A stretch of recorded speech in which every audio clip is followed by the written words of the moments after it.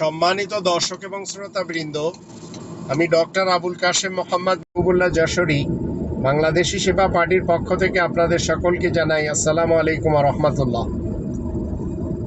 আল্লাহ তাআলা শান্তির পৃথিবীতে যে যত বড় খুনি তাকে সবচেয়ে বেশি চর্চা করে তার দেশের এবং ইন্টারন্যাশনাল যত পত্রিকা আছে, রথচাইল্ড ফ্যামিলির যত মিডিয়া আছে, হিটলারকে নিয়ে, মুসোলিনিকে নিয়ে, কার্ল মার্কসকে নিয়ে, আবার ডারউইনের কোরআন বিরোধী মতবাদ সে দিয়েছে তাকে নিয়েও খুব বেশি চর্চা হয়।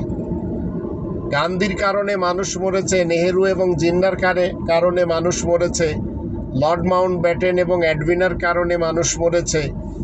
এদেরও এই মিডিয়াতে খুব বেশি বেধাই দেওয়া হয়। মনে রাখবেন, রথচাইল্ড ফ্যামিলি মেম্বার্স যারা খুনি তাদের নাম অধিকাংশ মানুষেরা পৃথিবীতে জানে।